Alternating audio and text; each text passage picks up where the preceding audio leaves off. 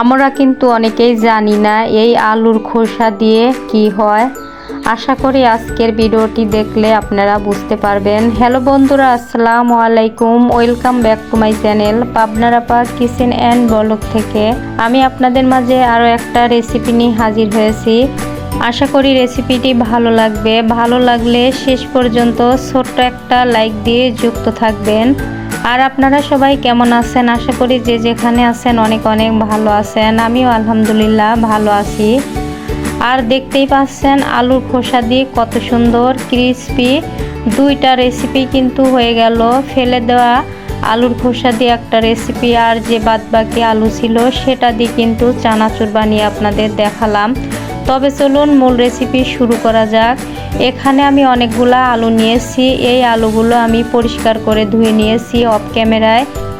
এখন আমি খোসা আর আলু দুইটা আলাদা করে নেব, তবে এটা আমি অফ ক্যামেরায় করে নেব। আর বটি দিয়ে কিন্তু এগুলো সুন্দর করে আমি আলাদা করে নেব। আপনারা চাকু দিয়ে যেভাবে ভালো মনে হয় সেভাবে করতে পারেন। এই যে দেখতে পাচ্ছেন আমি খোসাগুলো আলাদা করে নিয়েছি, তবে খোসার সাথে কিন্তু অল্প অল্প হলে আলু রেখে দিছি, তাহলে কিন্তু আলুর চিপটা ভালো হবে, আলুর খোসার চিপটা। আর আপনারা কিন্তু এভাবে করে একবার হলেও বাসায় ট্রাই করতে পারেন। বাচ্চারা কিন্তু খুবই পছন্দ করবে, আপনার ভাজা শেষ হবে না, তারা কিন্তু তাড়াহুড়া করবে। আর এই যে আলুগুলো আলাদা করে নিয়েছি দেখতেই পাচ্ছেন। এই আলুগুলো কিন্তু আমি অফ ক্যামেরায় চানাচুরের মতো করে সুন্দর করে কেটে নেব। আর মাশাআল্লাহ চানাচুর কিন্তু অসাধারণ হয়েছিল খেতে। আপনারা কিন্তু রেখে দিয়ে খেতে পারবেন। এখানে দেখতে পাচ্ছেন আলুর খোসাগুলো পরিষ্কার করে সুন্দর করে আমি অফ ক্যামেরায় ধুয়ে নিয়েছি। এ পর্যায়ে আমি এই আলুর চিপগুলো পরে ভাজবো। আগে আমি এই আলু দিয়ে চানাচুরটা আপনাদের বানিয়ে দেখাবো। তবে আলুর খোসাগুলো সুন্দর করে মশলা দিয়ে আমি মেখে রেখে দেব। যতক্ষণ পর্যন্ত চানাচুর ভাজবো ততক্ষণ পর্যন্ত কিন্তু এই আলুর খোসার ভিতর যে মশলাগুলো দেব সুন্দর মতো সেট হয়ে যাবে। দিয়ে দিলাম 1.5 চামচের মতো কর্নফ্লাওয়ার। এখন আমি পরিমাণ মতো লবণ দিয়ে দিলাম পরিমাণ মতো মরিচের গুঁড়া। এখন আমি পরিমাণ মতো দিয়ে দিলাম এখানে ধনিয়া গুঁড়া। আর দিয়ে দিলাম পরিমাণ মতো হলুদের গুঁড়া। দিয়ে দিলাম এখানে পরিমাণ মতো ভাজা জিরার গুঁড়া, এটা আমি হাতে বানিয়ে নিয়েছি। দিয়ে দিলাম 1 প্যাকেট ম্যাগি মশলা, তবে আপনারা এখানে চাট মশলা দিতে পারেন, গোলমরিচের গুঁড়া দিতে পারেন। আমার হাতের কাছে ম্যাগি মশলা ছিল, আমি ম্যাগি মশলাটাই দিয়ে দিয়েছি। এখন আমি সময় নিয়ে হাত দিয়ে কিন্তু মেখে নেব, যাতে সব আলুর খোসার ভিতর সুন্দর করে মশলাগুলো ভালোভাবে মিক্স হয়। এই যে দেখতে পাচ্ছেন সময় নিয়ে কিন্তু মেখে নিয়েছি। এ পর্যায়ে রেখে দেব। এখানে সুন্দর মতো কিন্তু রেখে দিলাম। এখন আমি এই আলুগুলো দিয়ে চানাচুরটা বানিয়ে নেব। তবে এখানে শুধু আলু দিয়ে কিন্তু চানাচুর ভালো হবে না। কিছু আমি চীনাবাদাম নিয়ে নিয়েছি, আর এখানে আমি কিছু চিড়া নিয়েছি। আর এই চিড়া কিন্তু চানাচুরের ভিতর খেতে অসাধারণ লাগে। এখানে আমি কড়াই বসিয়ে দিয়েছি, চুলার উপর চলে দিয়ে দিলাম পরিমাণ মতো তেল। তবে তেলটা দেওয়ার পরে সুন্দর মতো গরম করে নিতে হবে। দিয়ে দিলাম অল্প একটু লবণ, দিয়ে দিলাম অল্প একটু হলুদের গুঁড়া। এখন আমি দিয়ে দিলাম পরিমাণ মতো মরিচের গুঁড়া। এ পর্যায়ে সুন্দর করে তেলের সাথে মশলাগুলো মিক্স করে নিচ্ছি। মিক্স করা হয়ে গেছে। এখন আমি অর্ধেক আলুগুলো দিয়ে দেব। এই যে অর্ধেক আলুগুলো দিয়ে দিয়েছি। আর এখানে চানাচুর বানানোর সময় গ্যাসের ভোল্টেজটা একদম হাই করে দিবেন, তা না হলে কিন্তু চানাচুরটা মুচমুচে হবে না, ক্রিস্পি হবে না। নর্মালে থাকলে কিন্তু এই চানাচুর ভাজা ভালো মতো মুচমুচে হতে চায় না। এই জন্য খুবই হাই ভোল্টেজ দিয়ে কিন্তু এই চানাচুরগুলো ভেজে নেবেন। আর সময় নিয়ে কিন্তু এই চানাচুরগুলো বানাতে হবে। দেখতেই পাচ্ছেন অনেকটা সময় নিয়ে কিন্তু আমি ভেজে নিচ্ছি। আর আপনাদের কিন্তু অনেকটাই কেটে কেটে দেখাইছি, অনেকটা সময় লেগেছিল এই আলুর চিপ বানাতে বা আলুর চানাচুর বানাতে। এ পর্যায়ে দেখতে পাচ্ছেন সুন্দর মতো কিন্তু এগুলো ভাজা হয়ে গেছে। এখন আমি তেল ঝেড়ে উঠে নিচ্ছি। আর মাশাআল্লাহ সুন্দর কালার এসেছে। এখন এখানে আমি একটা প্লেট নিয়েছি, প্লেটে পরিবেশন করে নিচ্ছি। এভাবে করে আমি অর্ধেক আলুগুলোও দিয়ে দিয়েছি।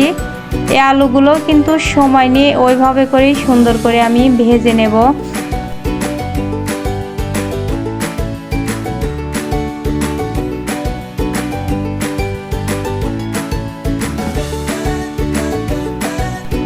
এই যে দেখতে পাচ্ছেন ওইভাবে করেই হাফ আলুগুলো ভেজে নিলাম। এটাও কিন্তু সুন্দর মতো ক্রিস্পি হয়েছে আর মাশাআল্লাহ দেখতে অসাধারণ হয়েছে। প্লেটে রাখার সময় কিন্তু সুন্দর একটা আওয়াজ হচ্ছিল।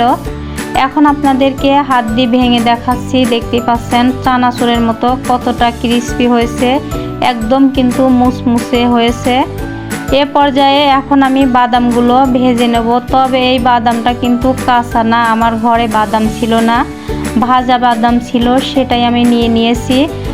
এখন আমি অল্প একটু সময় নিয়ে তেলের ভিতর ভেজে নেব, যেহেতু আগের থেকে ভাজা আছে। বেশিক্ষণ ভাজলে কিন্তু পুড়ে যাবে।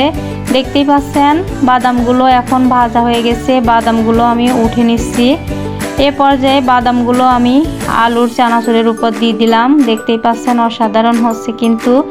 এখন আমি এই যে চিড়াগুলো ভেজে নেব, আর এই চিড়াগুলো দেওয়ার কারণে কিন্তু মজা হয়েছিল চানাচুরটা। আর আমি কিন্তু বয়ামে করে রেখে দিয়েছিলাম, আপনারা কিন্তু অনেকগুলো বানিয়ে সংরক্ষণ করে খেতে পারবেন। চিড়াগুলো ভাজা হয়ে গেল, চিড়াগুলো আমি রেখে দিলাম। এখন দেখতেই পাচ্ছেন এ পর্যায়ে আমি সম্পূর্ণ চানাচুরগুলো সুন্দর করে 2 হাত দিয়ে মিক্স করে নেব। আর কতটা লোভনীয় হয়েছে দেখতেই পাচ্ছেন। আলুর খোসা আর আলু দিয়ে যে এত সুন্দর দুইটা রেসিপি হবে, আপনারা না করলে ভাবতেই পারবেন না কি মজার লোভনীয় হয়েছিল। তবে এই রকম রেসিপি পাওয়ার জন্য আমার চ্যানেলটি সাবস্ক্রাইব করে পাশে থাকবেন।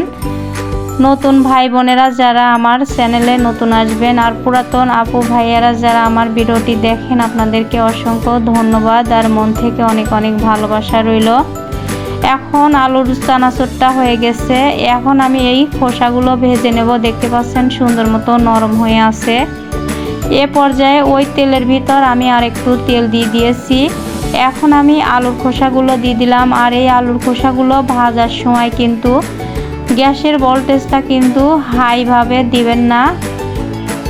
ভোল্টেজ হাইয়ের চাইতে যদি একটু নিচে হয় সেভাবেই দিবেন, তাহলে কিন্তু আলুর খোসাগুলো ভাজার সময় পুড়বে না, সুন্দর মতো কালারও হবে আর খেতেও কিন্তু অসাধারণ হবে। দেখতেই পাচ্ছেন এভাবে করে কিন্তু আলুর খোসাগুলো আমার এগুলো ভাজা হয়ে গেছে। আর অর্ধেকগুলো আছে সেগুলো আমি আপনাদেরকে ভেজে দেখাচ্ছি। এ পর্যায়ে এখানে আমি একটা প্লেট নিয়েছি, প্লেটে পরিবেশন করে নিচ্ছি। আর দেখতেই পাচ্ছেন মাশাআল্লাহ কতটা কালার হয়েছে আর লোভনীয় দেখতে হয়েছে। এখন বাদ বাকি আলুর খোসাগুলো দিয়ে দিলাম। ওইভাবে করেই সময় নিয়ে সুন্দর করে কিন্তু নাড়াচাড়া করে আস্তে আস্তে ভেজে নেব। এ পর্যায়ে দেখতেই পাচ্ছেন ভাজা হয়ে গেছে। আপনাদের ভিডিও অনেকটুকু দেখালাম না, যেহেতু ভিডিওটা অনেক বড় হয়ে গেছে। এখন আমি এগুলোও প্লেটে উঠে নিচ্ছি। আর রেসিপি দুইটা আপনাদের কাছে কেমন লাগলো ভাই বোনেরা কমেন্টে জানিয়ে যাবেন। আর এতক্ষণ ভিডিওটি দেখতে দেখতে যারা একটা লাইক দিয়ে দেন নাই, প্লিজ ভাই বোনেরা ছোট্ট একটা লাইক দিয়ে দিবেন। এগুলোও আমি উঠে নিয়েছি। অসাধারণ হয়েছে কিন্তু খেতেও লোভনীয় হয়েছিল। ছোট বাচ্চাদের খুবই পছন্দ হয়েছিল, আমার বাচ্চারা কিন্তু তৃপ্তি সহকারে খেয়েছিল। আর দেখতেই পাচ্ছেন কতটা লোভনীয় হয়েছে। এখন আমি আপনাদেরকে হাত দিয়ে কিছুটা ভেঙে দেখাবো কতটা ক্রিস্পি হয়েছে, আপনারা দেখতেই বুঝতে পারবেন। এই যে দেখতে পাচ্ছেন একদম কিন্তু গুঁড়ো গুঁড়ো হয়ে যাচ্ছে।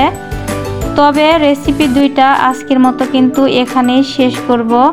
অন্য কোনো দিন অন্য কোনো নতুন রেসিপির সাথে আপনাদের মাঝে আবারও দেখা হবে।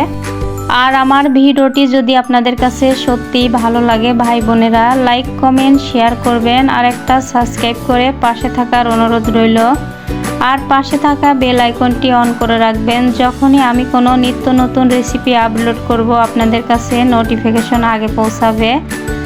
আর আমার ভয়েস বা ভিডিওর মাঝে যদি কোনো ভুল ত্রুটি করে থাকি ভাই বোনেরা ক্ষমার দৃষ্টিতে দেখবেন। তবে আজকের মতো সবাই ভালো থাকবেন, সুস্থ থাকবেন। আল্লাহ হাফেজ, আসসালামু আলাইকুম।